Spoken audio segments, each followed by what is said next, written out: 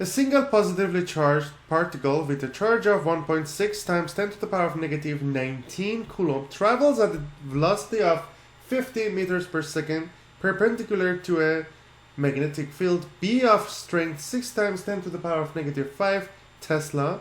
What is the magnetic of the force the particle will experience from the magnetic field?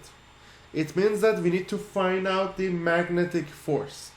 How to find out the magnetic force? We have this relationship, magnetic force equals to B times V times Q times sine theta.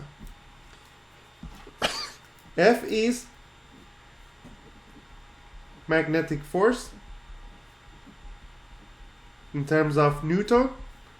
B is magnetic field strength in terms of Tesla. V is velocity of particle in terms of meters per second. Q is charge of particle in terms of coulomb. And theta is going to be the angle between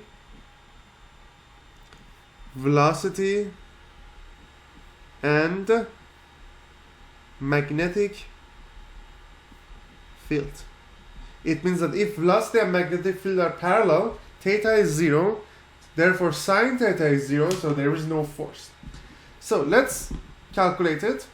We need to calculate F.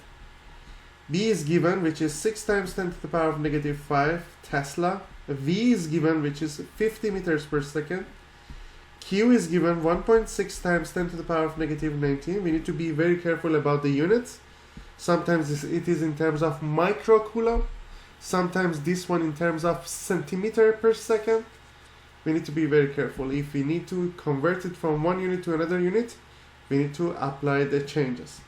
And then sine theta, because it says perpendicular, it means that theta is 90 degrees, sine theta is 1, so multiply by 1, and that's gonna be 6 times 10 to the power of negative 5 times 50 times 1.6 times 10 to the power of negative 19.